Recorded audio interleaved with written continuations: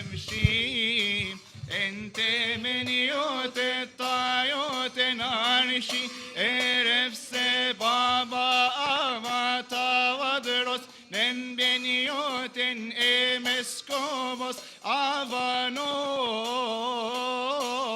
اوفير امشو اوي صاري اموت نانم بيكو volente novi. الله السينما سوسوس وبتير وانتكرا تربة جاتر يسوع بما تجعلنا مستحق يا أبانا الذي في السماوات قدس اسمك ليأتي ملكوتك تكن مشيئتك كما في السماء كذلك على الأرض خبزنا كفافنا أعطينا اليوم واغفر لنا ذنوبنا كما نغفر نحن أيضا المذنبين إلينا ولا تدخلنا في تجربة لكن نجينا من الشرير بالمسيح صار ربنا لك الملك والقوة والمجد آمين. Merestos Isos ben choice. شليل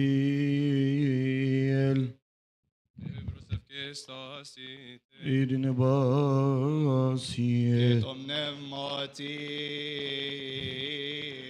مارن شو تطفن برمس نيتم من شنو تبين سوتير إيسوس بخريستو جيف إريك سيبازيني قول بويس انت جاتاي أونوساي إن سوفون مارن ترمزم بايوتيرون تابنون إن هرين نفنجي بيبان توكراتور شوي سيبن نوتي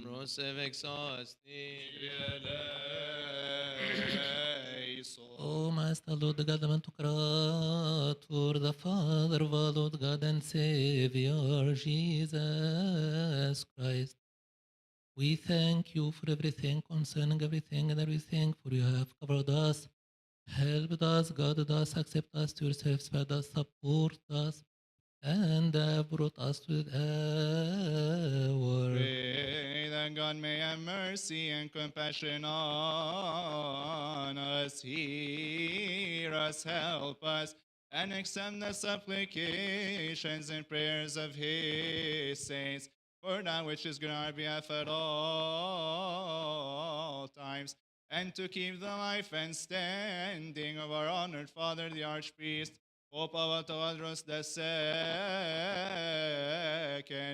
and his partner in the apostolic liturgy, our Father, the Bishop of Anofair, and to forgive us our sins. Lord, have mercy.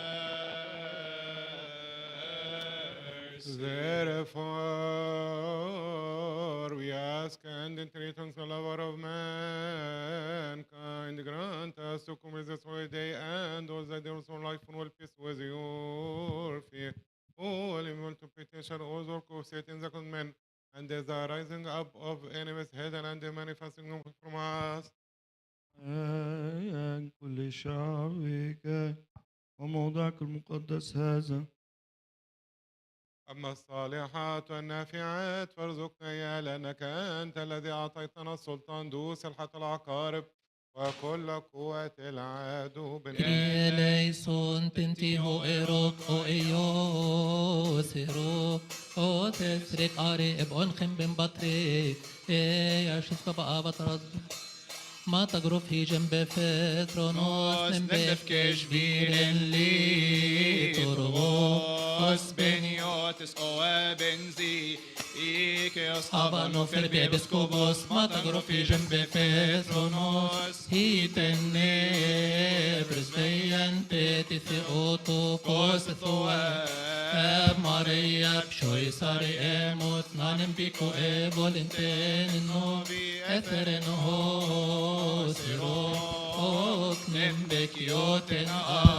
آغاثوس نمبم ماي ثواب جاكي أكسوتي أمون ناينان. اللهم اجعلنا مستحقين لكل شكر أبانا الذي في السماوات قدس اسمك ليأتي ملكوتك تكن مشيئتك كما في السماء كذلك على الأرض خبزنا كفافنا أعطينا اليوم واغفر لنا ذنوبنا كما نغفر نحن أيضا المذنبين إلينا ولا تدخلنا في تجربة لكن نجينا من الشرير بالمسيح صار ربنا لأن لك الملك والقوة والمجد للأبد آمين.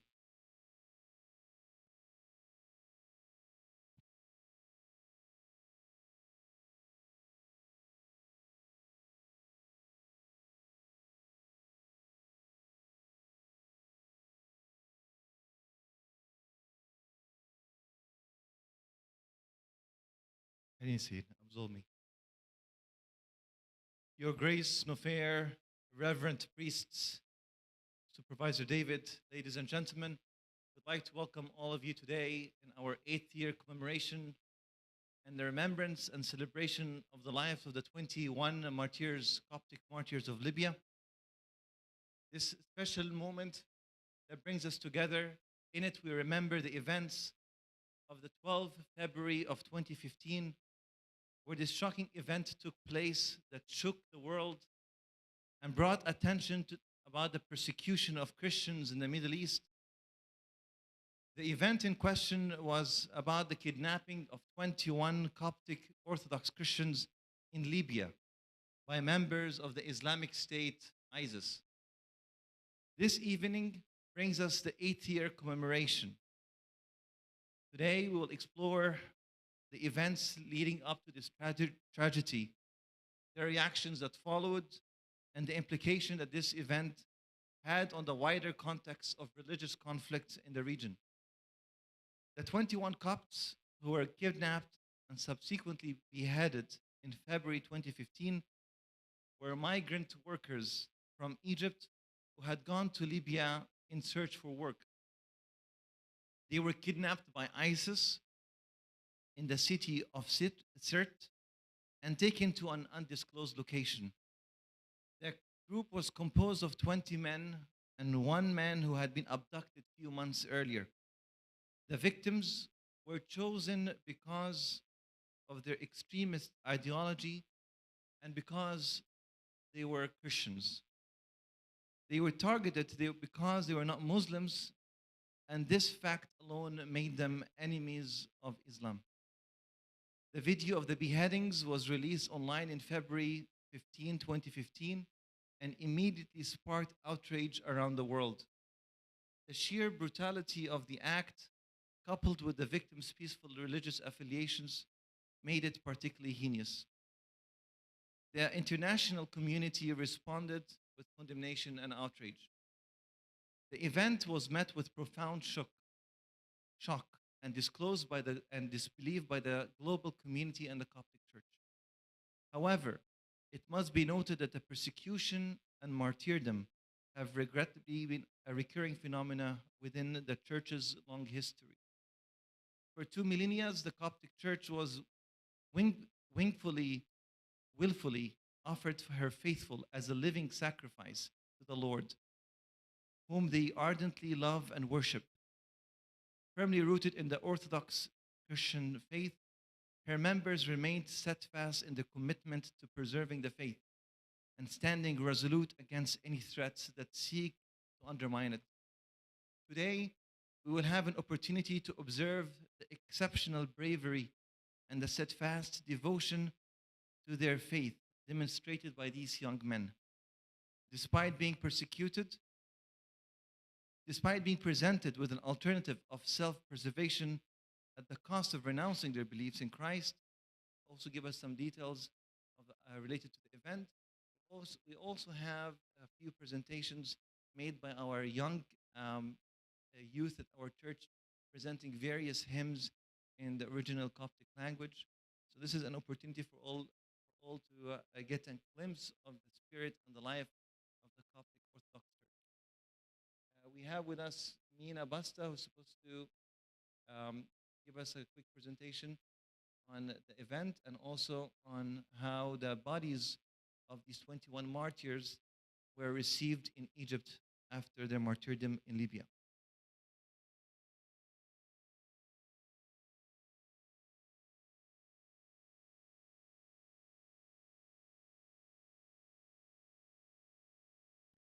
بسم الله والابن والروح القدس الآن واحد آمين. I'll be honest, when I was asked to prepare this presentation, I felt weak and unfit, and I must confess that I internally never felt worthy to speak of these matters. This is hard considering that I myself serve in Sunday school, where the stories of the saints are always thrown around, their example ever present. But when it comes to the 21 martyrs of Libya, I find myself unable to speak fluently, not for lack of words, but because no words can describe neither their courage, nor their torture, nor their simple example of faith. Therefore, I ask my beloved martyrs to pray on my behalf so that maybe, with my weak words, I'm able to speak of their most perfect example. Today, I'll be talking to you about the 21 martyrs, martyrs of the church and of the nation. They were martyred February 15th, 2015 AD, from Shir 8, 1731, and a martyr. I want to preface my talk with a quote I heard long ago as a child growing up in Egypt. Early on in my life, my mother taught me this quote by Tertullian, an early church scholar, which states that the blood of the martyrs is the seed of the church. Having grown up with the martyr story as my bedtime story, the concept of martyrdom, especially the concept that many throngs of martyrs were executed violently and courageously, shedding their faith, that concept didn't really click for me as a child. Now, as an adult, this quote is true evermore. For through the example of the 21 martyrs, many people came to recognize quite the opposite of what the terrorists had hoped to achieve. People found their martyrdom as a witness for the church and the strength of the Coptic Orthodox Church and its formidable faith. To give some background, the 20 Egyptian martyrs were from several villages of Alminia Governorate in Upper Egypt, mainly from the village of El-Ur. And they journeyed from Alminia to Libya to find work and send money back home. They were all considerably young adults. Some were fathers, some husbands, and some were single. They were, in the very essence, average people. Poor farmers who worked peacefully. They didn't march for any causes, nor did they create any special teachings, nor did they come up with any new inventions or graduate from any special universities. They came literally from nowhere. They were, in all honesty, nobody. Yet, they were not theologians. They neither taught in Sunday school, none of them were deacons or priests, but they carried a very simple faith and an even more humble demeanor. They were, I iterate, simple people, living day to day. Now, I want to give you a quick overview of the timeline of events of what happened in their martyrdom. First thing is, in December 22nd, 2014, some Copts were kidnapped on their way home from Libya. They were going to go home to celebrate Christmas. And a couple days later, maybe a week later, in January, more Copts were kidnapped in Sirte. February 5th, 2015 is the day they were martyred. And we will discuss their martyrdom right after this slide. So they were martyred on February 5th, 2015. February 12th, 2015, ISIS released a photo of all the people that were kidnapped. February 15th, just 3 days later, they released the video of their martyrdom. On February 21st, 2015, His Holiness Pope Tawadros II canonized the martyrs as martyrs of the faith. And in early 2018, they discovered that the bodies were still there and they were still intact. And in May of 2018, they were able to ship the bodies back from Libya to Cairo International Airport and from there to Samalot. Only a year later, in 2019, did the last of the 21, the African martyr Matthew, join them in mid-2019. Now I'd like to speak about the martyrdom of these valiant heroes of the faith and how it is a vision of holiness. Christian martyrdom, my fathers and brothers, is a witness of a righteous life perfected at the moment of death. This is why our teacher St. Paul states in his epistle to the Hebrews regarding the example of the saints that we should follow their faith considering the outcome and of the manner of their living. These martyrs endured many obscene and horrible tortures, the same kind that we hear in the stories of St. Mina and St. George, and not any less. Dare I say, even more than they. The same tortures that the ancestors of the martyrs faced in the 4th century are copy-paste what the 21 martyrs of Libya witnessed. From insults to beatings to being waterboarded, tortures included flaying their skin, inserting heated iron rods to their sides, constant physical and mental abuse. Yet, throughout all this, the martyrs encouraged each other to look to heaven, nothing else. That's not to say that they aren't human. These martyrs are human after all. They were afraid for their families. They were scared that their families wouldn't have a source of income because these are the same families that they went to Libya for. They wanted to look out for them and ensure that they are going to have a good life. One of the martyrs named Gergis would constantly encourage the others to remember that the same one who took care of their families while they are abroad will take care of them when they are in heaven. The video that we all know and we've all seen was rehearsed 3 times, and the martyrs were killed on the 4th time, February 5th, 2015. The martyrs weren't executed at one time. Each terrorist would scream, "God is great," and then would behead the martyr, one after the other, until all 21 were martyred.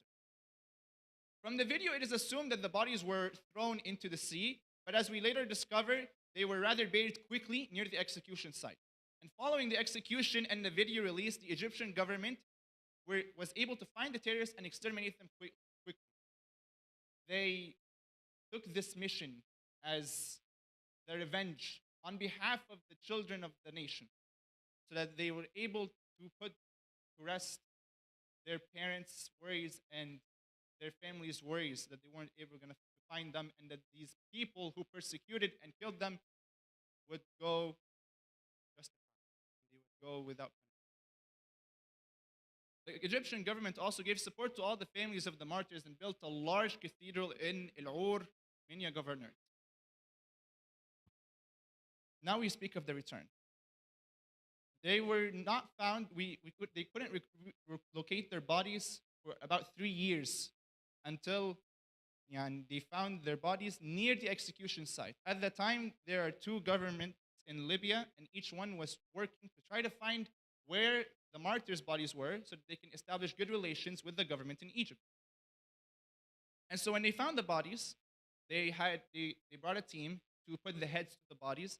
They put them all in a casket, and the governments, both of them, shipped the bodies from Libya to Cairo International Airport, and a diplomat from each government was present and reported to President General Abdel Fattah al-Sisi that they found the bodies. Every single casket had the names of the martyrs written on them, and they arrived at around 8 p.m. in Cairo International, and the Pope and the bishops and the priests and all the clergy wore their festive garments, and they proceeded to have a funeral for the first time in history on the tarmac of the airport. Now, my question, why on the tarmac of the airport? The reason being is that the Pope wanted to have the funeral in the Patriarchate. Makes sense. But there was a lot of security risks, and in order to make sure that everything will be taken care of, they decided to do it at the airport and then ship the bodies directly to Samallu. So they had 2 funerals, one in Cairo, and then in Samallu, they were received by the Metropolitan there and a large gathering of bishops from all of Africa. Throughout their martyrdom, God did not fail in comforting the martyrs through signs and apparitions that put fear in the hearts of their captors. So while they were the ones that were captured, and while they were the ones that were being tortured, they were at peace. And their captors were the ones who were worried, the ones who had fear in their hearts. Here I'd like to mention a story regarding a miracle of the martyrs after their martyrdom. God, of course, intervened during the martyrdom and would send signs and angels. The ground would shake. The same healings that we heard about in the stories of the saints of old happened to these same martyrs. Now here's a story about what happened afterwards, after their martyrdom. There was this businessman who sold filters in Egypt. He met with a client who ordered 65 large water filters, totaling approximately 2,500 Egyptian pounds. The man agreed to meet this buyer at his house a little after midnight to drop the order and receive his compensation. Upon arrival, the man found himself surrounded by a gang who took him out of his truck, stole the filters, chained him, and locked him in a room in an undisclosed location. The businessman's wife awoke from her sleep with an unexplainable feeling of fear and attempted to call her husband multiple times. Not finding him in bed, there was no answer. She walked up to a photograph of 21 martyrs of Libya in her room, and in tears asked the 21 to rescue her husband, who she thought was surely in danger. The man was chained in the room for hours until suddenly 21 men broke the door of the room down and entered. He assumed they were out there to kill him, but instead they unchained him, led him to his truck, and the 21 men helped each other load the 65 filters back on top of the truck. Before leaving, the man heard one of the men who helped him say, Tell your wife we heard her cries and have come to help for the glory of God. He returned home, related to his wife the events of the night, and was later able to recognize every single one of the 21 men who rescued him in the picture. And now again we stand at the site of their courageous martyrdom, a site where words truly fail, and everything we knew to be true flipped upside down. With that, I would like to conclude with some words by Father Epiphanius Yunan, the parish priest of the 20 Martyrs Cathedral in Minya. What do you think was the highest degree of any of them? Was there a doctor or an engineer among them? Only about 4 of the 21 had a diploma. The rest did not even set foot in a school and did not know how to write their own names. They would sign official paperwork using their thumbprints. They had no theological degrees, nor were they members of clergy, and yet they lifted up our heads and the head of the entire world. Did you see their fearless demeanor? Did you see the looks of bravery in their eyes as they gazed up to heaven? They weren't from America or Cairo or another renowned city. They came from an obscure village called El-Our. Years ago, the village wasn't even included in the map. Can anything good come out of Nazareth? The Lord of Lords himself came from Nazareth. And can anything good come out of El-Our? 13 of the 21 martyrs came from El-Our. We ask our Lord to forgive our sins and grant us courage and faith, like the 21 martyrs, to witness always for the truth, so that our faith may be perfected like theirs. Glory be to God.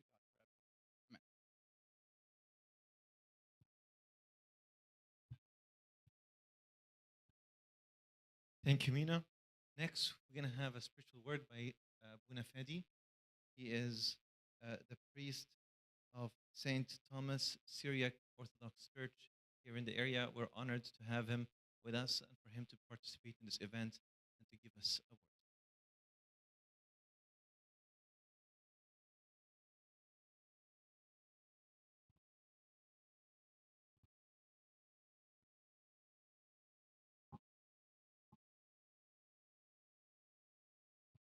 بسم الله والابن والروح القدس الإله الواحد آمين.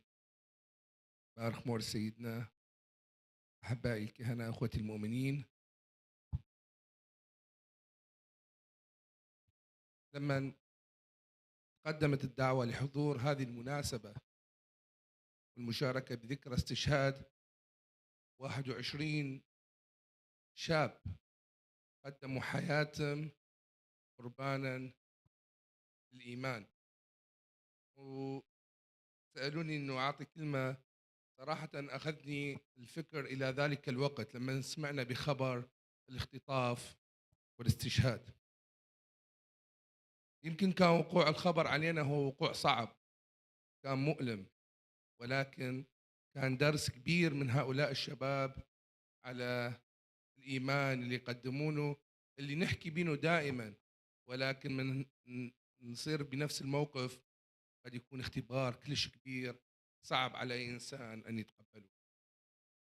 اليوم مثل ما نعرف دماء الشهداء هي بذار الإيمان. من اختطفوا هذول الشباب اللي تركوا بلادهم، تركوا عوائلهم، وذهبوا وسافروا إلى ليبيا من أجل أن يعملون ويحصلون لقمة عيش لعوائلهم، ولكن من خطفوهم هذه المجموعة كان كل فكرهم كل ظنهم أنه هم راح ينهون حياتهم أو ينهون ذكراهم من يقتلوهم، لكن هم كانوا يجهلون أنه هم راح يخلدوهم في السماء قبل ما يخلدوهم على الأرض. هذه الأيام وإحنا نتذكر هؤلاء الشهداء ببطولة وقصة إيمان جديدة، ما قدر أن الموت يقهره، ما قدر أن الموت ينهيه. هؤلاء الشهداء الأبطال حتى وأن هم ما تكلموا، لو نشوف صورهم اللي كانت قبل شوية كان عبارة عن أنهم ما قدروا يحكون بكلمة، ولكن شهادتهم كانت عظة كبيرة، عظة بليغة، يمكن أقوى من أي عظة لاهوتية نسمعها اليوم. كانت عظة ما تحتاج إلى ترجمة لأن وصلت لكل العالم من خلال الشهادة اللي قدموها. فتمثلوا بباكورة شهداء المسيحية. مار ستيفانوس أول شهيد في المسيحية، لما هو كي يستشهد وهم كي يرجمونه كان ينظر إلى السماء ويرى أن الرب يسوع واقف كي ينتظره ويطلب المغفرة على غرار معلمه اللي كي يرجمونه. فتشوف كان رغم أنه هم كي ينذبحون ولكن كان صمودهم أمر مدهش، نظرتهم إلى السماء كأنه كي يرون الرب يسوع واقف وكي ينتظرهم وكي يستقبلهم. أمر استشهادهم غلب كل الفلسفات اللي نعيش بها اليوم، غلب كل الأفكار والأقوال، الأقوال الكثيرة اللي ممكن نسمعها كأقوال ولكن بدون أفعال مثل ما قدموا هؤلاء الشهداء الأبطال. فهذول الشهداء هم كانوا مثل حبة الحنطة. حبة الحنطة مثل ما تعرفون إذا ما تموت ما تنتج، تنتهي، ولكن لما تموت تثمر ثمر كثير. فلم ينتهي زمن الشهادة يا أحبائي. يكذب اللي يقول زمن الشهادة انتهت، اللي كانت هي من أيام التلاميذ والقديسين والآباء. زمن الشهادة مستمر من العصور الأولى للمسيحية وإلى يومنا هذا من خلال هؤلاء الشباب اللي استشهدوا، وكل استشهدوا في ليبيا ومصر والعراق وسوريا وكل الشرق الأوسط، وخصوصا تحت على يد داعش أو أي جماعة متطرفة. هذول الشهداء هم ما كانوا لا رهبان ولا كهنة ولا كانوا مكرسين ولا كانوا حتى أصلا من متعمقين أو متدخلين ومتشعبين في الدين، ولكن كان عندهم إيمان غلب كل هؤلاء العالم. كان عندهم إيمان كبير اللي قدمونه، فاختاروا أن يقدمون حياتهم قربان على مذبح الإيمان ورفضوا أن ينكرون الرب يسوع. فصار أمر شهادتهم حدث فاصل في تاريخنا المعاصر. the parents المعاصر وكل اللي صار كان هو وثيقة of the martyrs to Cairo, الصوت والصورة and أمام they الشعب take كله. يمكن في أيام الآباء أو أيام الكنيسة الأولى من كان يصير استشهاد العالم كان ما تعرف كله، بس الناس المنطقة اللي استشهد بيها أو الناس الموجودين، ولكن مع هؤلاء الشهداء صار وثيقة مسجلة صوت وصورة إلى كل العالم. فيا أحبائي اليوم مثل ما قلنا دماء الشهداء هي بذار الإيمان أو بذار الكنيسة، والكنيسة اللي تحمل صليب الاضطهاد هي كنيسة حية، كنيسة مستمرة، مو كنيسة جامدة ولا كنيسة ميتة. ففي تذكار أي شهيد نطلب صلاته لأجلنا، لأن احنا محتاجين لهذه الصلاة، لأن هو في مكان أفضل، هو في عرش الرب يصلي. كما أن سفر الرؤيا يحدثنا take the DNA analysis to compare تحت المذبح، وهذه تكملة لوعد الرب لحياة لكل شخص لما قال حياة لكل من آمن بي وأن مات فسيحيا. مع يسوع لا ينتصر الموت بل تنتصر الحياة اللي يعطيها الرب، ينتصر الفرح على حزن هذا العالم. هذا اللي أدركونه الشهداء ونالوا إكليل الغلبة متذكرين قول الرب لما قال في العالم سوف يكون لكم ضيق ولكن ثقوا أنا قد غلبت العالم. وقبل ما أنهي كلمتي البسيطة، أتذكر عندما كنت شماس كان أحد الآباء يحكينا في القرن الماضي لما دعونه إلى زيارة كنائس أوروبا، فأخذونه في جولة يشوفون الكنائس العظيمة من المعمار، الهندسة المعمارية للكنيسة، من الأيقونات، من الجمالية لهاي الكنائس. وكل كنيسة كان يأخذون عليها هذا أبونا الكاهن كان يفوت كان يقلم أكو ببلادنا الأحلى من عدة، يأخذون على كنيسة أحلى بمعمار أجمل بأيقونات أجمل، يقولوا له هذه يقلم حلوة بس أكو ببلادنا كنيسة أحلى. فآخر شيء واحد سأله قالوا أنا زير الشرق الأوسط، أنا ما شايف جمال كنائس مثل جمال الموجود هنا في أوروبا، مثل هاي الكنائس العظيمة والمزخرفة والجميلة. خلوا أنت صحيح تحكي، بس أنت كتحكي على حجارة، الحجارة الموجودة هنا جميلة، ولكن في كنائسنا مبنية كنائسنا على حجارة حية، على دماء شهداء، على آباء وقديسين قدموا حياتهم عمود هاي الكنيسة تستمر. هوني كان جمال كنائسنا اللي أشوفه دائما. فنصلي أن يكون لنا إيمان مثل إيمان هؤلاء الشهداء الشباب اللي رغم حاجتهم، رغم أنه يعرفون إذا راحوا قد يفكرون غير شخص يقول أنا إذا أموت منو حيعيل أهلي، ولكن كان عندهم إيمان أنه يكونوا مع المسيح، لأن هم على إيمان كامل أنه حتى وأن هم تركوا عوائلهم بعد وفاتهم، أنه الرب ما حيترك عوائلهم هم في أيدي أمينة.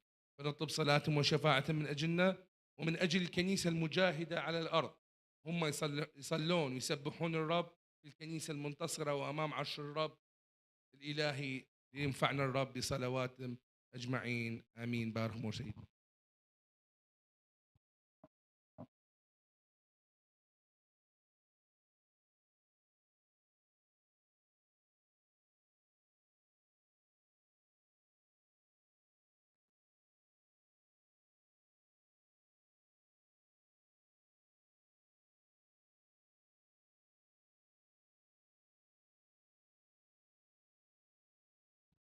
Thank you, Buna Fedi.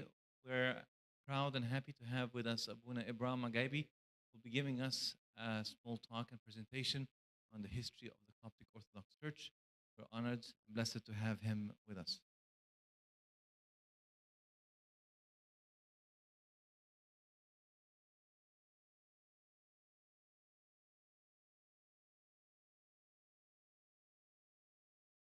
I'm so glad to be with you here today, this morning, and celebrating this remarkable event, which is the Martyrs of Libya, which is actually a kind of an articulation to the real martyrs that our church offers to the whole world and all of Christianity. I'm going to talk about two things: the history of the Coptic Orthodox Church and what is the Coptic Orthodox Church.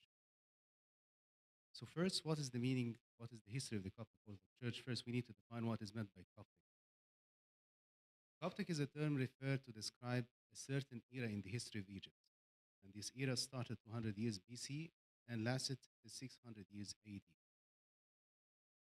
This era, we describe this era as the Coptic era. Of course, in this Coptic era, there was a lot of cultural features. So there was a way that Egyptians started to write their language, which we call it the Coptic way of writing the language, not the Coptic language, but the Coptic way of writing the language. And there was certain traits in the arts, in the music, and everything. One of the major things in this Coptic era is Alexandria. Alexandria is a city in Egypt and was founded by Alexander the Great 200 years AD. And when Alexander founded Alexandria, it was named after his name. And when he founded, there was a purpose behind that. He founded Alexandria to be a kind of a metropolitan city or a kind of a lobby that all the cultures might gather there. And he founded Alexandria, and there was a huge library that was built there. And it was Alexandria, a kind of a lobby in which all the cultures or the religions or the literatures or the arts, everything was there in Alexandria. And from Alexandria started the picture of the Coptic era started to flourish and started to be revealed. Interestingly, that it might have been that God was working something through Alexandria, that Saint Mark, the apostle, in the year 50 AD, he went to Alexandria and he started preaching Christianity there, and Alexandria started to be Christian. And by the end of the first century, almost around 80% of the Egyptians became Christians. And that was the birth of the Coptic Orthodox Church. And by that time, it was named, it's called the Church of Alexandria. Until today, it's called the See of Alexandria. So there was the See of Jerusalem, the See of Rome, the See of Antioch, and the See of Alexandria.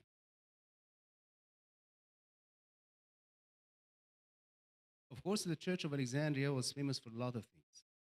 The Church of Alexandria was famous for the School of Alexandria, first of all. The School of Alexandria was the first theological school that was founded by Saint Mark the Evangelist by himself, and was during the 1st century AD. The Coptic Church also is famous for the Church Fathers. We have a lot of great Church Fathers that are known worldwide and throughout the generations, like Saint Athanasius the Apostolic, for example, Saint Anthony the Great, who founded the monasticism,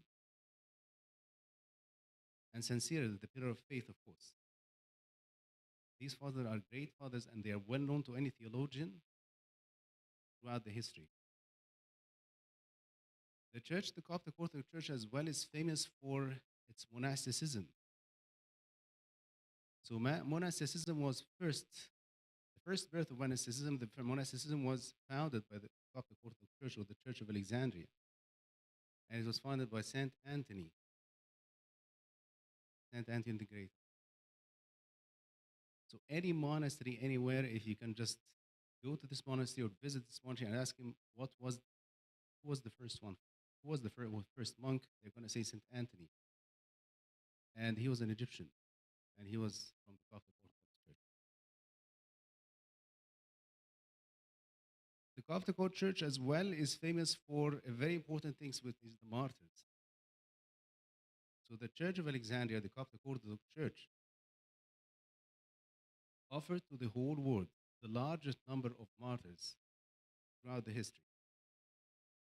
And it didn't stop. In every generation, we can find a lot of martyrs that are coming out from the Coptic Orthodox Church. I want to move right now to another point, which is, what is the Coptic Orthodox Church? Surprisingly, I can't describe or define what is the Coptic Orthodox Church, because the Coptic Orthodox Church is something, a life that is lived. So in the Coptic Orthodox Church, there is something called the liturgy, or the liturgical services. The liturgical services, it's a kind of a prayer and education and connecting with God and connecting with each other. So the liturgy in the Coptic Orthodox Church is a kind of a thing that is gathering and connecting us with God, lifting us to heaven, and connecting us with each other in a kind of a form of a service in the church. And this is the heart of the Coptic Orthodox Church, and this is the heart of the Orthodox Church generally. So it's a kind of a thing that is gathering all of this stuff, teaching, connecting with God, living. And it doesn't stop with the service inside of the church, but it continues after that. So whoever attends any liturgy or any service in the church is not only praising, and he's not only taking communion, and he's not only doing all of this stuff, but the point is it continues after that. When he goes out of the church, it continues in his life to be light to the whole world, and to try to bring this light to the whole world. The light of love, the light of peace, the light of joy, which is the light of Christ. So to define the Coptic Orthodox Church, we can't define it with mere words, but we can say that the Coptic Orthodox Church is something that we are living, something to be lived. And a very interesting example that shows what I'm saying is the Martyrs of Libya. So the Martyrs of Libya didn't earn any theological degree. We didn't hear that they earned or they were holding, for example, a master or PhD in theology. They didn't earn nothing like that. But they were living a certain kind of life which was inside of the church. They might have not memorized all the verses of the Bible. They might have not memorized chapters from the Bible. We don't know. We didn't hear something like that. But what they were living Christianity, and they were living inside of the church. So when the sword showed up, and then when they were exposed to the sword, there was something different inside of it. Something that is more stronger than knowledge, than anything, which is the life that they lived inside the church. This is the liturgical life that they've been living. Once upon a time, during the history of the Orthodox Church, there was certain periods of time that there was no learning. There was no kind of bright teachers.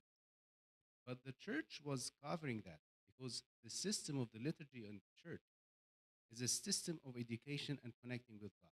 So it's a kind of a system that connects and educates us. During the liturgy, you can find the leader reading from the Bible, reading from the prophets, and a lot of things. And of course, the climax of the liturgy, the peak of the liturgy is when we take communion. So again, we can't give a definition to the Coptic Orthodox Church, but what we can say that the Coptic Orthodox Church is a kind of life that we are living, and it's expressed in the liturgy, and it continues after that in the life of every Coptic Orthodox. So this is just a brief introduction of the Coptic Orthodox Church and what is the Coptic Orthodox Church, and I wish you all a blessed Lent, and I wish you all that we are able to learn from the martyrs of Libya how they lived the faith and how they lived the faith in Christ. And glory be to God forever.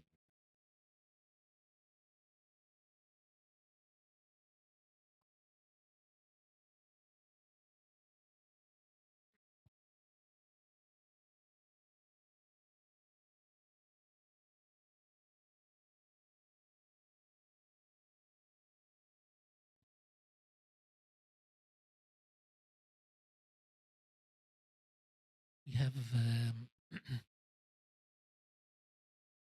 we have like 4 or 5 things about the martyrs of Libya. We have a kids for upper elementary will perform for us the hymns Run and the Axies use for the Saint Mary and all the martyrs in Libya. Very short.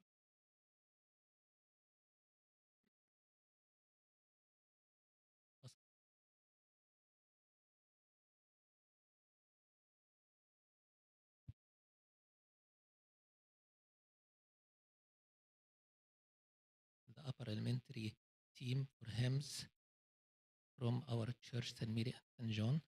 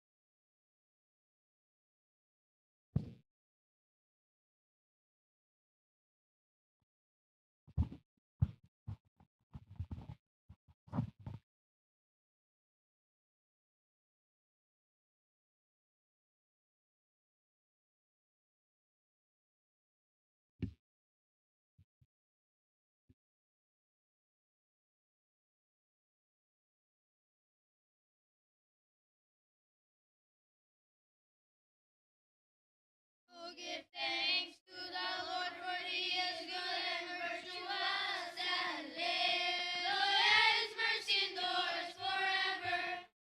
Oh, give thanks to the God of gods and live. Though yet his mercy endures forever. Oh, give thanks to the Lord of lords and live. Though yet his mercy endures forever. Him who alone does great wonders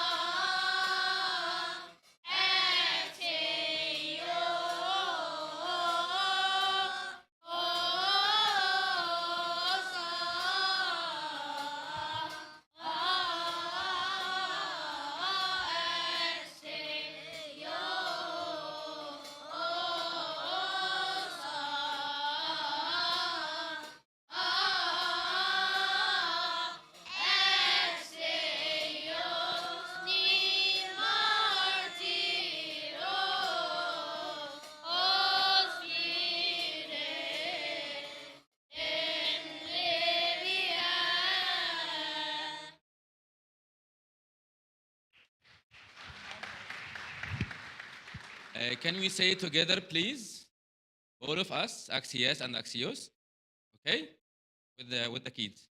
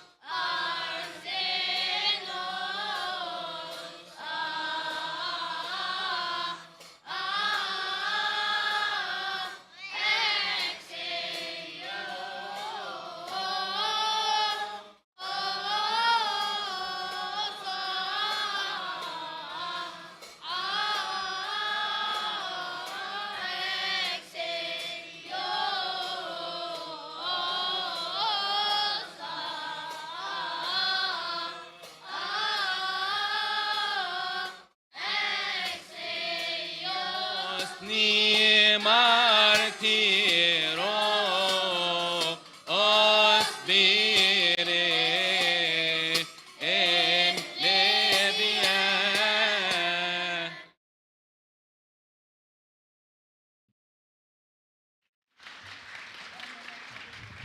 You guys did fantastic. Thank you so much. Now, can you please make your way down? Very good. Great, great job. Can we give them another round of applause? Great. All right, so for this next segment, our church, we have a program called Servants Preparation Program. It's a program that trains and educates the next youth who will be serving in the church, who will be taking care of various services, whether it's in Sunday school systems or other various services in the church.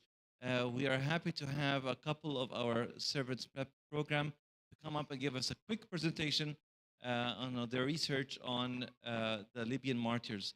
So if we can have Karen and Karen, please come up, present.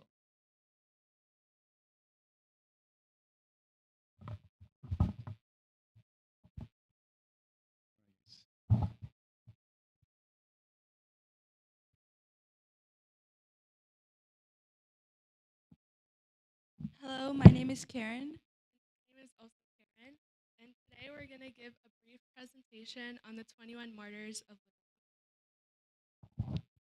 Here is a short video on the 21 martyrs and the persecution that a lot of Christians all over the world go through.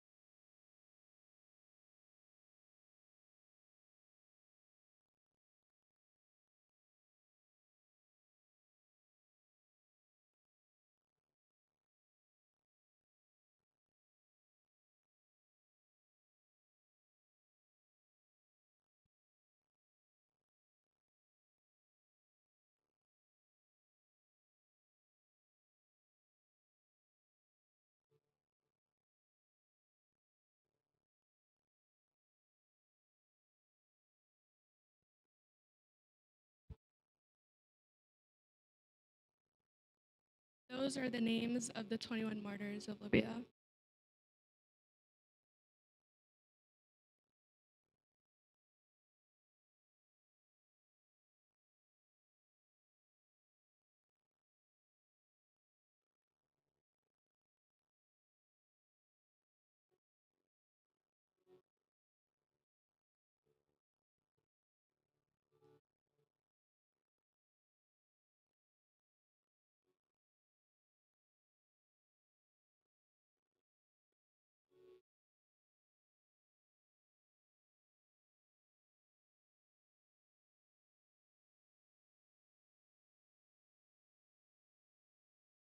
So this is an overview of what we'll be covering.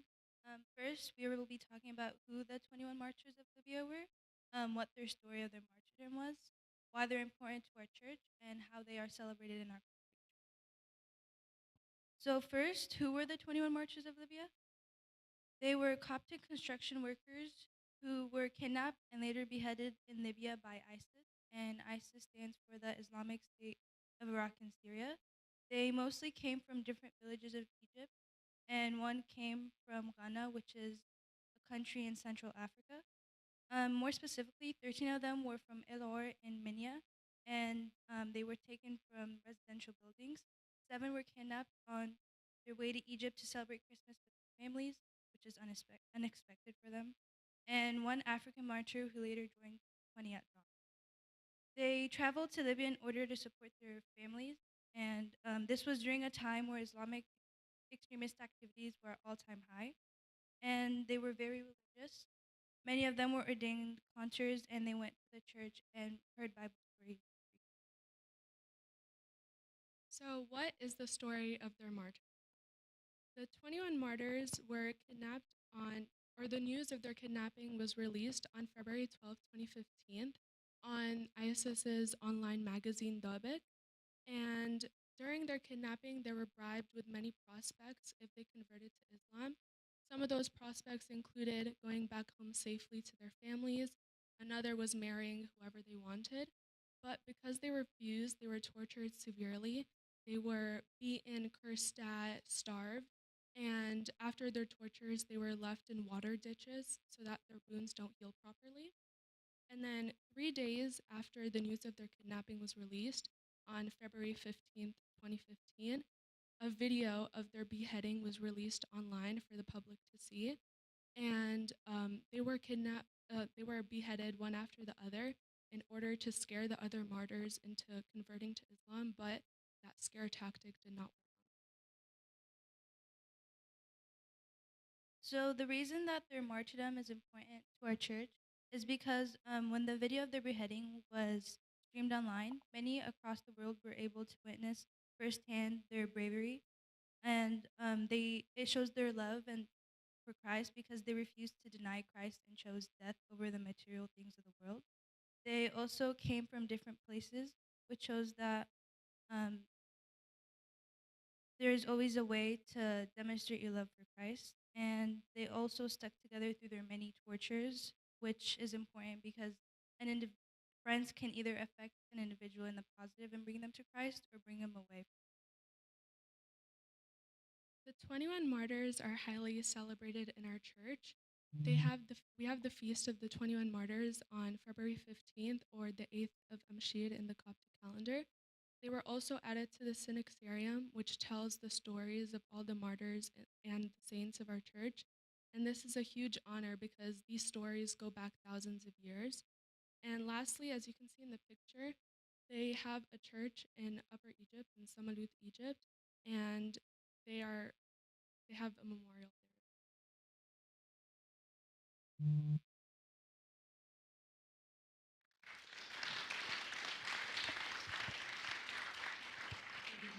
Thank you, Karen and Karen. Thank you so much. Okay. Miret, we have one of our servants, Miret. She went to Egypt last year, and this summer, and she went to the Samalut city for visit the Martyrs Church. She will give us a summary about this church.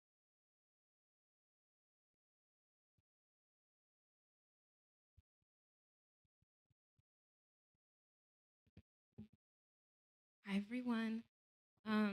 So, like Abuna said, I got the blessing last summer of last year to go to Egypt, where we were mainly there with an organization called Coptic Orphans, and we were there to serve some of the like unfortunate families that in Upper Egypt that needed help with like language or teaching them whatever material.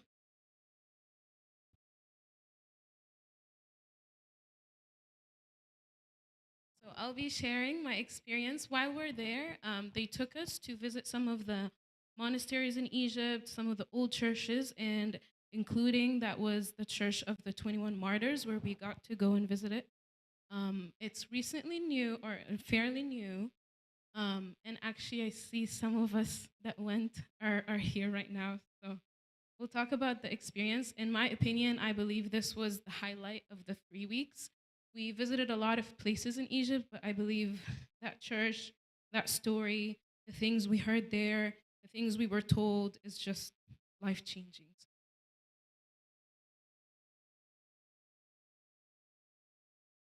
Okay. So when we got there, the organization had the whole day filmed and like recorded, and it is actually on YouTube. It's about like 2-hour video where they pretty much just recorded everything we did. We're gonna see like a little bit of it at the end, but this is the first thing we did when we got there. They welcomed us, and this is the Abuna, that's the priest of the cathedral there. So the church is located in Upper Egypt, an area called Samalut Minya. It's kind of 2 buildings. So the one on the right is the main church, and then the other building is where they have the place where you go and visit the mark.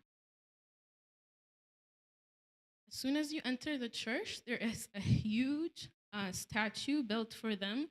And I thought it was so cool because the way they have it done, like the faces is actually like engraved with their actual faces. Like I remember there's a martyr that had green eyes on the statue. He looks like, you can tell he has colored eyes. Saint Matthew the African, they had like, you know, his skin looks a little darker.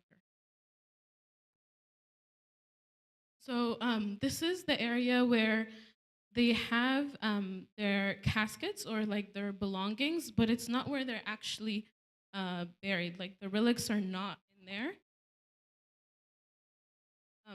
So they had, it's like a huge thing they had built with glasses and or like glass boxes individually, and in each like compartment they had the box where they were sent from Libya to Egypt, where they kept them just to send them, but they are not currently in these boxes. And then within each like individual glass thing, they had their overalls, if they had any like belongings on them, if they had any money, whatever they had on them is kept in there.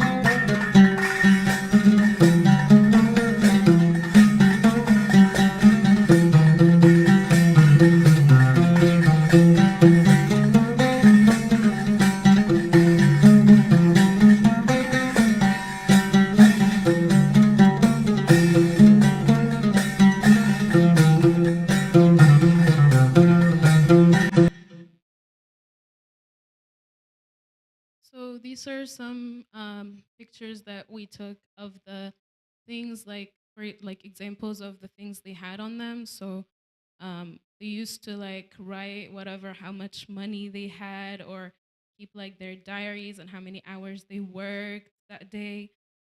Also, each one has the zip ties kept with their belongings, where they had them tie their hands behind their.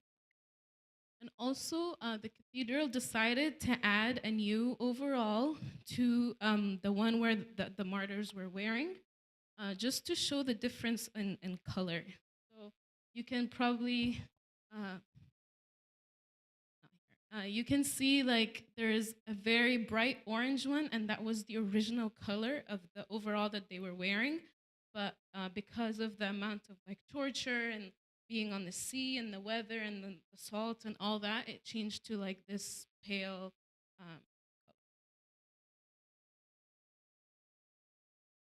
So the relics of the martyrs, like I said, they're not actually outside in these boxes. They're all kept inside under an altar that they have built inside, like across from where the huge glass thing is.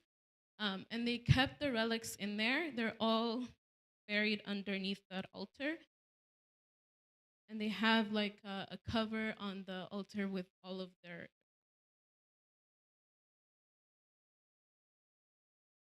So this is the main church. The church around like the walls of the church, they have the martyrs with their actual like faces and names. So like with each window or like glass, they have the martyrs with their actual face, not just like an icon, but like their actual faces, and also their names underneath.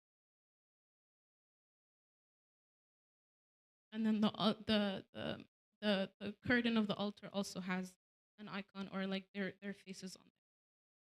So this probably was the highlight. While we were there, we got to meet some of the families of the martyrs. They were able to get us 4 of the families that came and like talked to us and also brought their children with them. They shared like everything they went through, A to Z. They talked about the time when they were kidnapped and how much like this was probably the hardest time, even harder than like when they found out that they were martyred. Just not knowing where they're at was probably the struggle.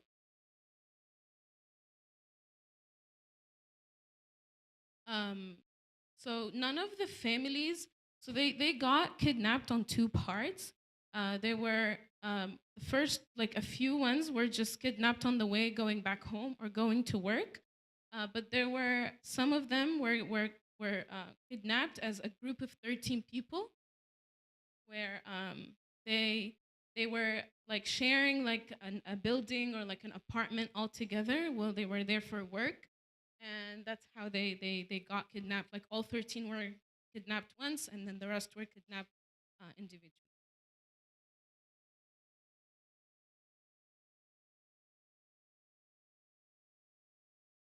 So the families didn't actually know anything, right? They were kidnapped for 45 days, some say 47. And then the families only found out, just like all of us found out with the video they streamed online, where they had the heads of the martyrs completely like cut off, disconnected from the bodies, and they just put each head on top of its body. And that's how the families found out. That's how all of us found out about the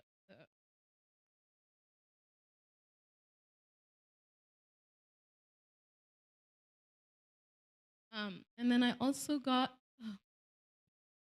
got to meet some of the daughters of the martyr. His name was Malek.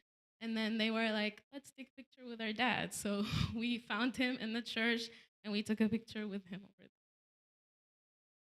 And then we did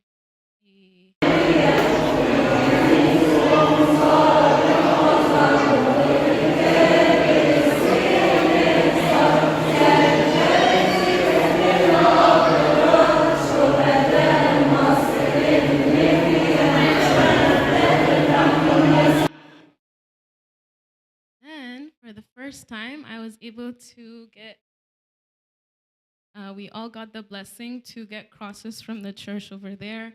So we had to document that moment.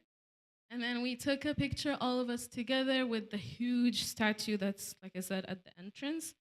And then I mentioned earlier there's a video on YouTube that has the whole day recorded. So I just want to show you like the first few minutes.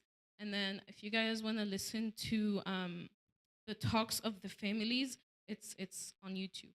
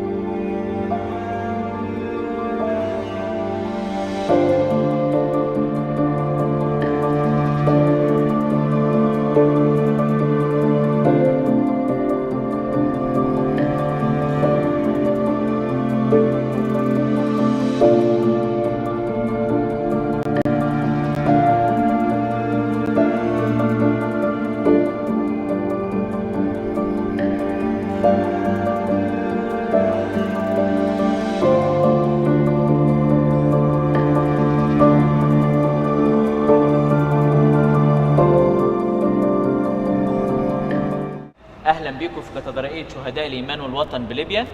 شرفتونا ونورتونا.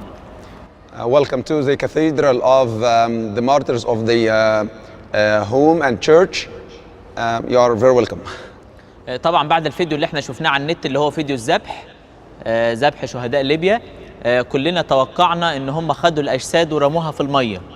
After we saw the video of the slaughter, we thought that they had taken the bodies to the water actually. بناء على كده سيدنا ابونا المطران انبا بفنوتيوس اخذ قرار بان هو يبني الكاتدرائيه دي على اسمهم. خلاص هم اترموا في الميه، فنعمل لهم مثلا كاتدرائيه كبيره كده تخليدا للتاريخ. So Amba Bafnotius decided to build a very big cathedral and dedicate it to them, just to like a memorial for their martyrdom. سيدنا قال ان احنا نبني الكاتدرائيه هنا للناس الكبيره تصلي فيها، ونعمل كنيسه صغيره تحت في المزار اللي انتم شفتوه ده للاطفال، فالكبار يصلوا فوق والصغيرين يصلوا تحت. So the cathedral will be two floors. The second floor, which is here for older people, and the one down for children. بعد ما الكنيسه خلصت بعد 3 سنين تم القبض على واحد اسمه هشام إبراهيم عثمان مسمح، ده ليبي وشغال مع داعش سواق. After 3 years of the slaughter, somebody called Ibrahim. هشام إبراهيم عثمان مسمع. He was ليبي وشغال مع داعش one of the Libyan who works for ISIS, works for Daesh. لما اتقبض عليه اعترف بشهداء كتيرة من ضمنهم شهداء ليبيا. When he was caught, he admit and tell them about many martyrs, some of them the martyrs of Libya. فبيسألوه مش انتوا قلتوا ان انتوا رميتوهم في المية، فهو بيقول لهم احنا فعلا كنا هنرميهم في المية، لكن احد الدواعش قال لنا احنا ليه نرميهم في المية؟ ما احنا ممكن ندفنهم في مقبرة جماعية ونساوم على الأجساد، نطلب فلوس، نطلب أرواح. So the investigators asked the man قالوا يا ابونا انتوا ليه هترموهم في why you throw them in the sea? We can put them in a graveyard and we can bargain for money, for souls, for things like that. أحد الدواعش تاني قال لا احنا مش محتاجين فلوس، احنا ممكن ندفنهم في مقبرة جماعية وبعد كده بعد 5-6 سنين ما ينتهي الحدث نعذب فيهم تاني، يعني نكسر في عظمهم قدام الكاميرات عشان نحرق دمهم، نعمل أي حاجة يعني. One of the ISIS men said we put them in a graveyard and then after like 6 years when everything is done we can take the relics out and we can torture them one more time. سواء كده ولا كده ربنا أبطل مشورتهم، ابتدت القوات الليبية تتواصل مع القوات المصرية علشان يروحوا يشوفوا كلام الراجل ده صح ولا مش صح. When the man was caught, the Egyptian authority contacted the Libyan authority and they got the man and they say what the man is saying. كانوا واخدين إحداثيات الGPS عشان يعرفوا يوصلوا للمكان اللي هو في سيرة الليبية جنوب فندق هناك اسمه فندق المهاري. And they got the location of the city of Sirte beside a hotel called the Mahari Hotel. راحوا هناك وفتحوا الحفرة دي أو المقبرة الجماعية دي، لقوا منظر صعب جدا، لما ذبحوهم فصلوا الراس تماما عن الجسد، فلقوا روس كتيرة وأجساد كتيرة. When they discovered the place, they found that the head is apart from the bodies, so they found a lot of skulls and the rest of the body is on one side. نمرة 1 نعرف كيف إن دول شهداء ليبيا، نمرة 2 لو هم شهداء ليبيا نعرف كيف ده الشهيد فلان وده الشهيد فلان. So it is actually it was a problem. How do we know they are the martyrs of Libya, the Egyptian who are يعني slaughtered in Libya, and which skull belongs to which body? They don't know. ابتدوا يتواصلوا معانا هنا علشان نبعت بابا وماما لكل شهيد القاهرة الطب الشرعي ياخدوا منهم تحليل اسمه تحليل الDNA، ومن خلال تحليل الDNA ابتدينا نعرف ده الشهيد فلان وده الشهيد فلان. Yeah. And so the Egyptian authority sent and took the parents of the martyrs to Cairo and they take the DNA analysis to compare the DNA with the relics. فأنا كنت Video is like 2 hour long. I just wanted you guys to see the first few minutes. But again, it's on YouTube. I urge everyone to go watch it and hear the stories that the families shared with us. It was truly like inspiring to see what these martyrs went through. They're people that didn't know how to read or write. They weren't deacons or priests. They loved God, and they didn't hesitate. Thank you.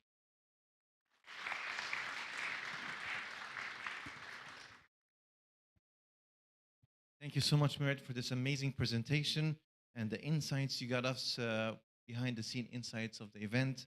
Thank you for sharing. And thank you for that video. Hopefully, if you can share with us that link, we can actually send it out on the church groups for people to watch. We are actually coming to a conclusion of this day's event, and we would like, we have a couple more words. One of them is a dear friend of ours, Supervisor David Hubert, who we have known for a few years now, and he has always been so generous with us in these events. He never shied away from coming and accepting our invitations whenever we invite him. And he also has been very gracious with us. He invited us in our the National Day of Prayers. It's been always an honor to be part of this event.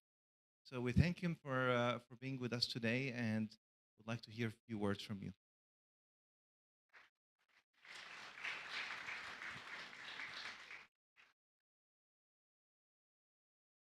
Well, greetings, everyone. My friends, fellow, my priests, bishop, the entire congregation, it is my honor to represent Alameda County. I bring you greetings from our Board of Supervisors. On this auspicious day, this important day of remembrance, it is important that we see as we have, and we witness what has happened, and we discuss what has occurred. Because it is in remembering that we proclaim victory. It is in remembering that we will ensure that good triumphs over evil. It is in remembering that we can ensure that this shall never happen again. We hope it would never happen again. I want to congratulate you for instilling in our youth, especially, because they're the next generation. They're the leaders of the future. You guys. It's important that we pass down what we know as adults to our youth. I stand united with you as a fellow Christian, as a man who was honored to receive Pope Tawadros years ago, as someone who has a strong connection with each of you, and that we will continue to grow stronger in our friendship, we will continue to grow stronger in our faith together, and that we will always remember our common things that we agree upon. That good always, that belief in our Savior is our salvation. And what an example. All 21 refused to recant. All 21, 100%, without fail. Absolutely. Thank you for continuing their remembrance. Thank you for having me to share this with you. Know that I am here for you as your representative. I thank you.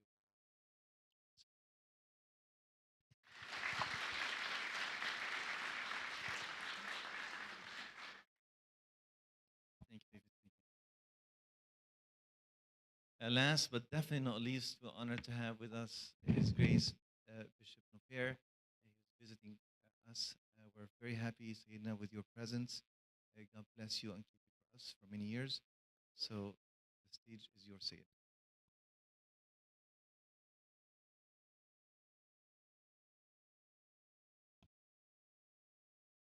بسم الله والابن والروح القدس الاله واحد امين. حقيقه فرحان جدا ان انا اكون معاكم وسطيكم وقدام كنايس كتيره، قدام قامات روحيه وقامات علميه، ومكانها في كنيسه جميله واباء فاضل قديسين نتمتع بهم. يعني نقول عليها ذكرى ونتذكر الشهداء.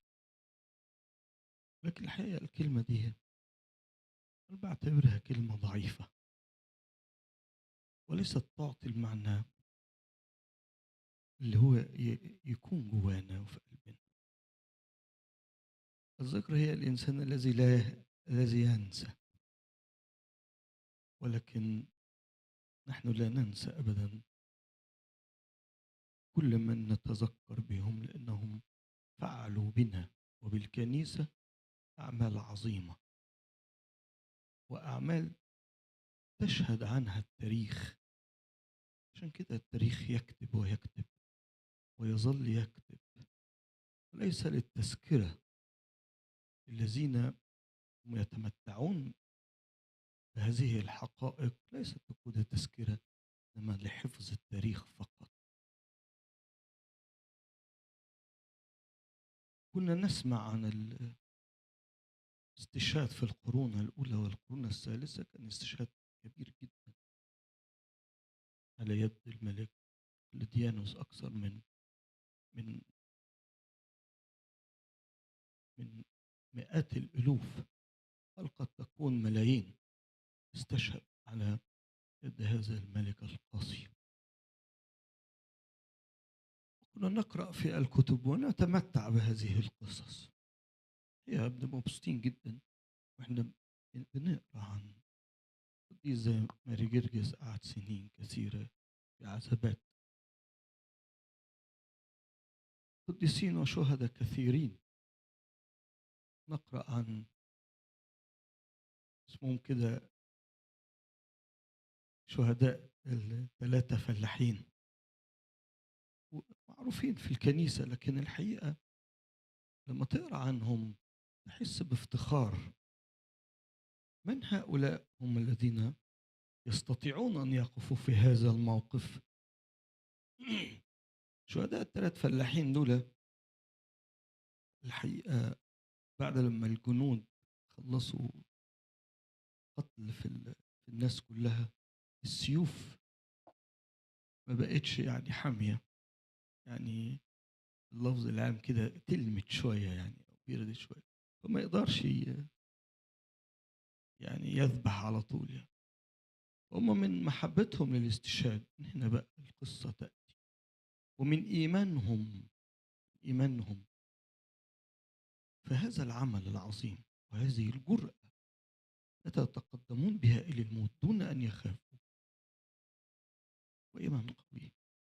فأعطاهم كل واحد عنده سيف، فهم فلاح بيزرع في الأرض، ففي السيف الفاس اللي بيعملوا بيه في الأرض ده زي السيف كده، بيبقى لازم جامد ويعني الحز بتاعه حاد شوية. وفروا انتوا السيوف بتاعتكم وخدوا ادي الفساد، كل فاس واحد فتم قتلهم بالفأس. ما هذه العظمة، وكيف تكونت معهم هذا الجرأة وعدم الخوف، الشجاعة قبالة الموت. هي إلا الحياة مع المسيح، لم تتكون من فراغ. لا يستطيع الإنسان أن يصل إلى هذه الحالة وهذا الأمر دون أن يكون في داخله إيمان قوي بعمل ربنا ومجد ربنا وقوة الله، وإنه إيمان حقيقي يصل به إلى السماء. هذه الشهيد يعني قل دول شباب أقوياء، لا يعني في من الأمهات قتلت أبنائهم بنتها أمام عينيها وفضلت أن يقتلوا أولا عشان تتأكد أنهم لم يفطر إيمانهم ولم يتنازل عن إيمان، بل كانت تشجعهم وتقويهم وتحثهم إلى الموت والاستشهاد والاتجاه إلى هذه المذبحة. 5 بنات أولاد مع أمهم وأمهم كثير. ده يجي منين إلا من حياة، عاش حياة. عشان كده أنا بقول من القديسين اللي بنحتفل بهم النهارده عددهم 21 هم قديسين كانوا يتمتعوا بمخافة الله ولا يخافوا إنسان. عندهم مخافة وليس خوف.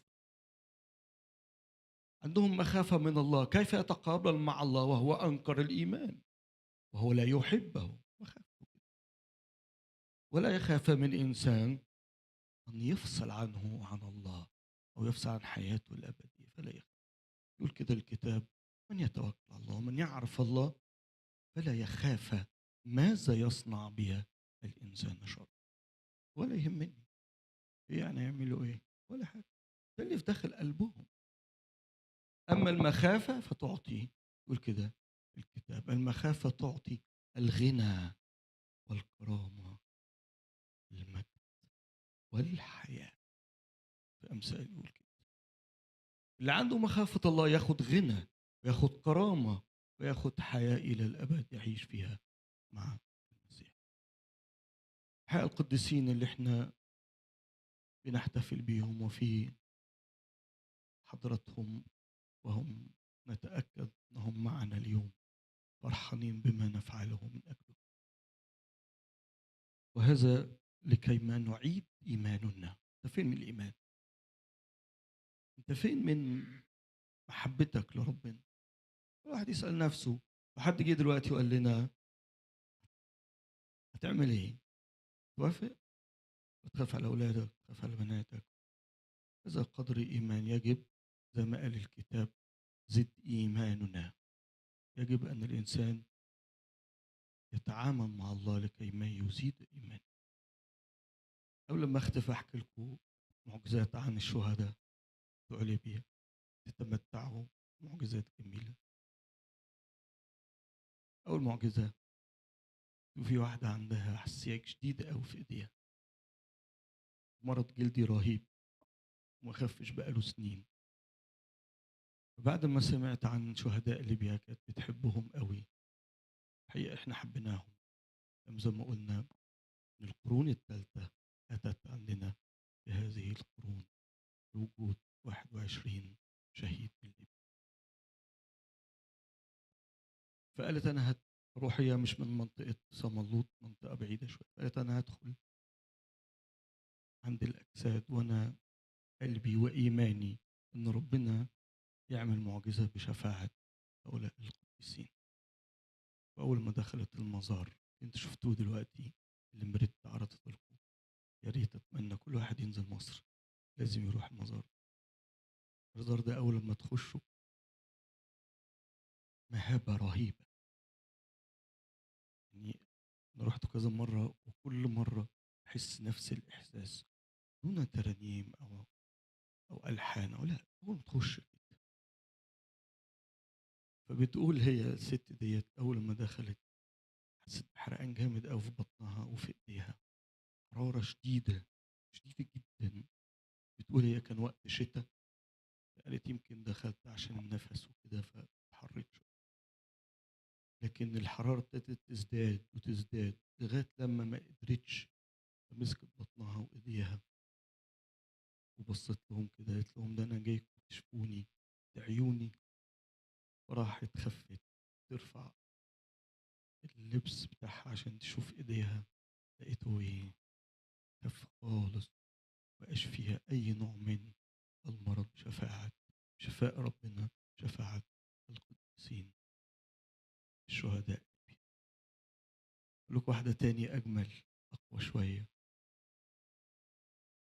في واحدة اتسرق منها العربية وقبل العشية بتاعت عيد الشهداء ب4-5 أيام في من الشهداء شهيد عظيم اسمه جرجس. جرجس ده اسمه مسمينه كده جرجس الغول. جرجس الغول. فجرجس الغول دوت يعني هي ما تعرفش سميته ليه جرجس الغول. فالمهم اتشفعت بيه وقالت له بص انا ما اعرفكش، انا اعرف قصتكم كلكم لكن ايه حكايه الغول دي انا مش عارفاها، لكن انا هتشفع بيك ولو جبت لي العربيه في الوقت دوت وقت العيد بتاعك الشهداء اعرف ان انت اللي جبتها لي. وفعلا عدت الأربع 5 أيام، وفي آخر يوم في عشية العيد تليفون جالها من المباحث قال لها تعالي استلمي العربية بتاعتك، العربية موجودة. مش عارفينها هي جت ازاي. ايه حكاية الغول دي بقى؟ قصة تانية خالص. طبعا هي فرحت بالعربية، كانت عاملة نادي، راحت وقفت النادي وحكت القصة وهي مبسوطة جدا. فسألت بقى ليه سميتوه جرجس الغول؟ فبيقولوا اللي سمى جرجس الغول ده هم داعش نفسهم. داعش نفسهم سموه الغول لأنه كان قوي، كان لا يخافهم ولا يهابهم، ويقف قدامهم ويقول كرياليسون في وش الناس، ويقول أنا مؤمن بيسوع المسيح في وش الناس، في وش داعش، فسموه الغول. يقول كمان إن هو كان من القديسين اللي بيشجعوا بقية إخواته إن هم ما يهدوش في الإيمان، خليهم أقوياء وما يخافوش. وكان هو يقولوا عليه إن هو القائد اللي كان بيقويهم قوي إن هم يقوموا يصلوا ويسبحوا، وكان شديد وقوي وما كانش بيخاف حد. كمان يقولوا حتة جميلة قوي الحقيقة أثرت في الواحد، قال لهم أنا أموت آخر واحد، استشهد آخر واحد عشان أطمن على إخواتي كلهم إن هم لم ينكروا أحد، لم ينكروا المسيح أحدا منهم. وفعلا استشهد القديس شهيد جرجس الغول وآخر واحد لكي ما يطمئن قلوب كل المسيحيين أنهم طبعا لم ينكر فيهم أحد الإيمان. لك واحدة كمان ولا خلاص؟ آخر واحدة. القصة دي بقى قوية جدا جدا. كان راجل ومراته عندهم شغل كده بيجيبوا حاجات وبيبيعوها. الراجل اتفقوا معاه إن هيجيب البضاعة دي وهيسلمها وياخد فلوسها. هم الناس دي طلعت نصاب وراحوا عملوا إيه؟ خدوا البضاعة وخدوا الراجل وحطوه في مخزن كده عشان هيقتلوه وياخدوا البضاعة وخلاص على كده. كسبوا الإيه؟ قيمة البضاعة، والبضاعة كانت بمبلغ كبير جدا جدا جدا. الست طبعا عرفت القصة إن جوزها اتخطف أو اتاخد، يعني مش موجود. فما لقيتش غير صورة 21 شهيد شفع بيه. وفضلت 3 أيام ورا بعض تعمل تمجيد، تصلي وتصوم، تتشفع بالشهداء وتكلم ربنا جدا جدا جدا. في آخر يوم لقيت جوزها والبضاعة موجودة في العربية بتاعته. فبتقول له أنت جيت إزاي؟ إيه اللي حصل؟ لها دخل عليا المخزن 21 شاب، 21 شاب شالوا معايا وقال للناس لو حد كلمه مش هيحصل له كويس. انتقل هذا الرجل بسيارته وبضاعته بدخول الشهداء القديسين لكي ما يفدوا بصلوات زوجته وطبعا حنية ربنا. ربنا يدينا نعمة وبركة. يا أنا مبسوط جدا معاكم لأني أنا لسه كنت أسقف جديد، يعني لسه مرشوم جديد. فأول حاجة قلت هعملها هبني كاتدرائية كبيرة قوي في القاهرة وهنسميها على اسم الشهداء. مجرد ما قلت كده طبعا معجزة من المعجزات إن الواحد يلاقي أرض في المنطقة بتاعتنا. يعني الحقيقة ربنا سهل لنا أرض بطريقة سهلة جدا جدا. كمان لقيت أبونا بيقول لي ده احنا عاملين يعني دعوة كده عشان شهداء ليبيا. ولقيت بتوع العور في العيد نفسه قالوا لي تعالى عشان انت تعمل العيد والعشية. قلت ده هم راضيين عنا بقى ولا ايه؟ ربنا يدينا نعمة ببركة صلواتهم. صلوا لنا نخلص ونعمل كل حاجة عشان نحيي دايما أو نفتكر أو لا ننسى عملهم كشهداء وقديسين في كل مصر. يعني هتروحوا صملوط تلاقوا في المنطقة عندنا إن شاء الله كاتدرائية كبيرة وهتلاقوا حاجات حلوة زي اللي اتفرجتوا علينا. إن شاء الله هنبتدي قريب. صلواتكم إلهنا كل المجد دائما. أبديا أمين. أشكر الآباء بروفايزر ديفيد، كل الآباء الموقرين الموجودين لإلهنا كل المجد.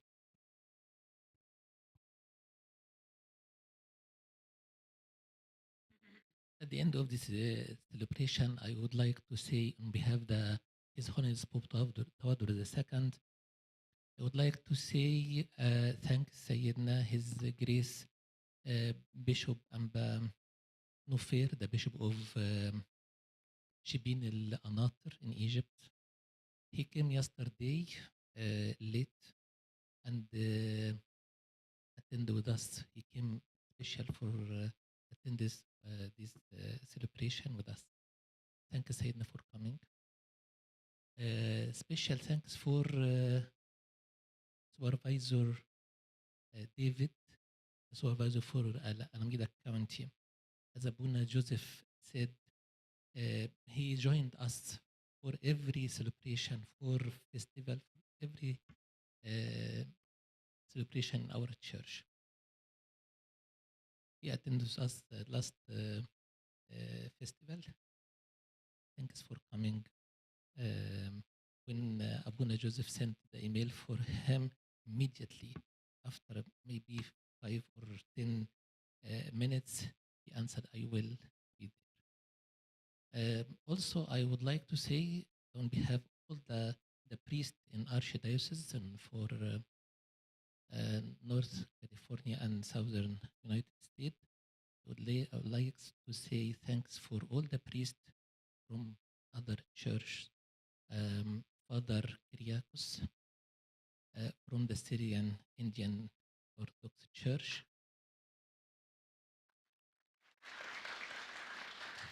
Abuna Fedi from also Syrian Church.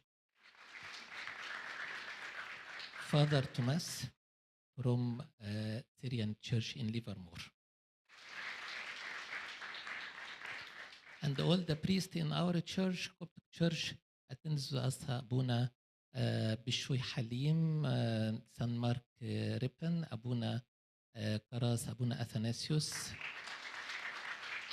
from San Antonius Hayward, Abuna Kyrillos from San George and San Damiana in Sacramento, Abuna Abraham Agaibi from San Jose, San Joseph and San George, San Jose with us.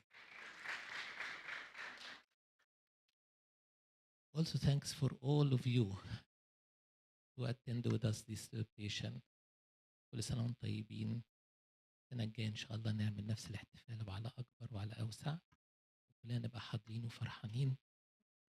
يكون سيدنا أنبا نوفير معانا برضو نبقى فرحانين بيه. I would like to say also thanks for all the people, all the kids, all the servants in our church. And behind this celebration, we have a lot of people works for this celebration, like the team of live stream, and the team of the kitchen outside. And also we have a small festival outside the church for the seniors. All the seniors made some cookies, some foods, صيامي طبعا for the fasting. مش فطار عشان احنا بعد بكره نبتدي الصيام بتاعنا. Thanks for all the seniors in our church also. Before we say the Amin Aluliyah, we can take a picture Ibuna. بس come with me. سيد تفضل. ناخد صورة كلنا مع بعض. تفضلوا أبدا.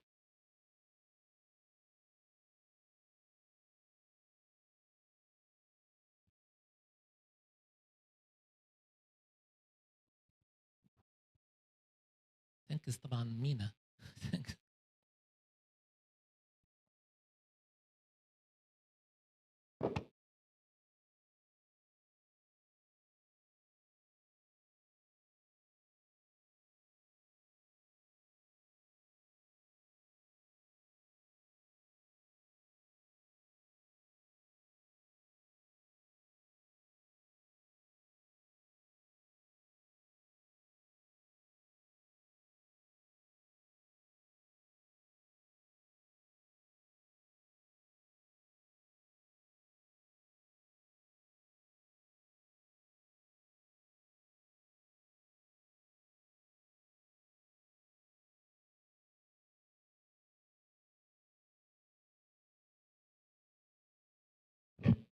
We have a small gift for هات يا ابني والكتب معاها والكتب حد يساعده بسرعة. هات الكتب لوحدها. أيوه.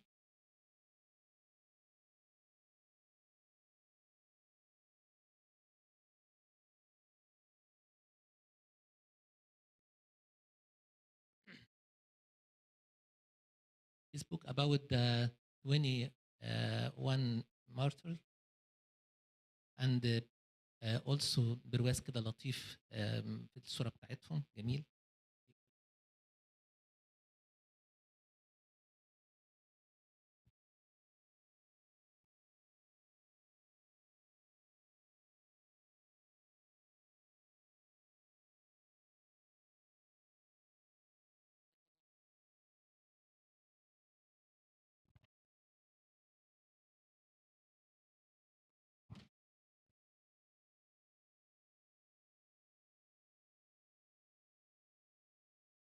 اتفضلوا يا آباء، اتفضلوا.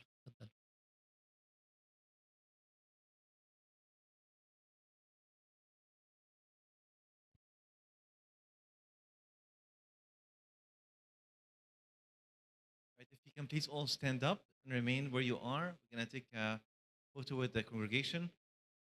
Sayyidina will be in the middle, and someone will take a picture of us at the altar. Mina, خد لنا الصورة من المسبح.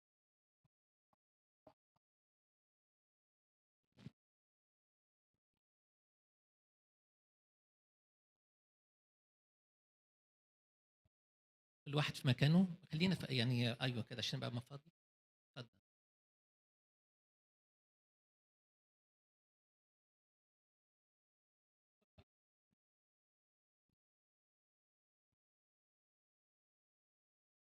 كلنا طالعين يا مينا. العالمين بس يدخلوا العالمين بس يدخلوا في النص هنا. ايوه قربوا هنا. الناس اللي هناك بلاش انتوا تتحركوا، احنا عايزين الميدل ده فاضي بس. كلنا اللي هناك نيجي هنا. مريان تعالوا كده في النص. ايوه عشان كده نطلع دقيقه واحده.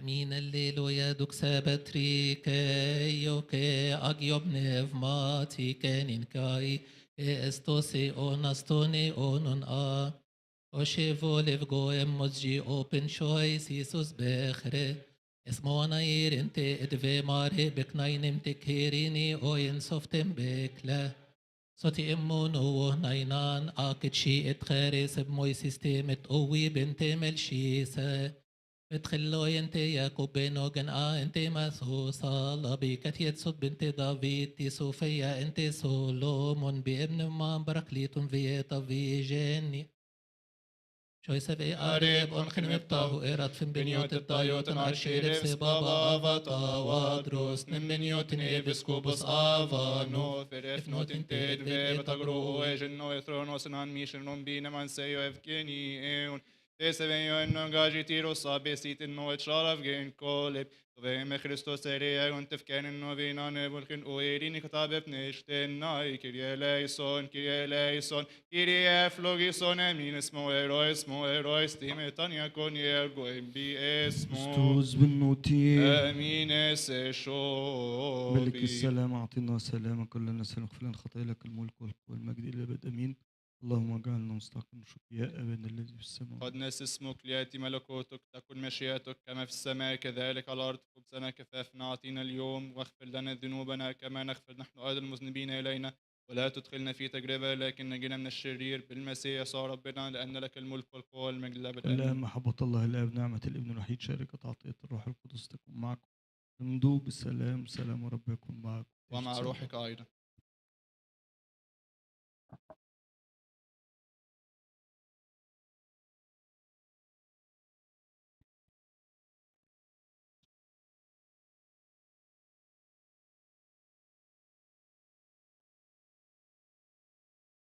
نقدم هدية بسيطة للكنيسة هون، العائلة المقدسة. هاي العائلة اللي زارت مصر واللي عطت بركة كبيرة. فتكون سبب بركة للكنيسة. نشكركم على الدعوة، وربنا دائما يديم المحبة. شكرا ابونا فادي في الهديه الجميله ديت، ربنا يعوضك. ثانك يو سو ماتش. ناخد بركه من سيدنا. على فكره الاخ اللي عمل القربان عمل 21 قربانه بعدد الشهداء، فناخد بركه من سيدنا، والضيوف يتفضلوا على اليوث روم هناك عشان وجبه الاغابي.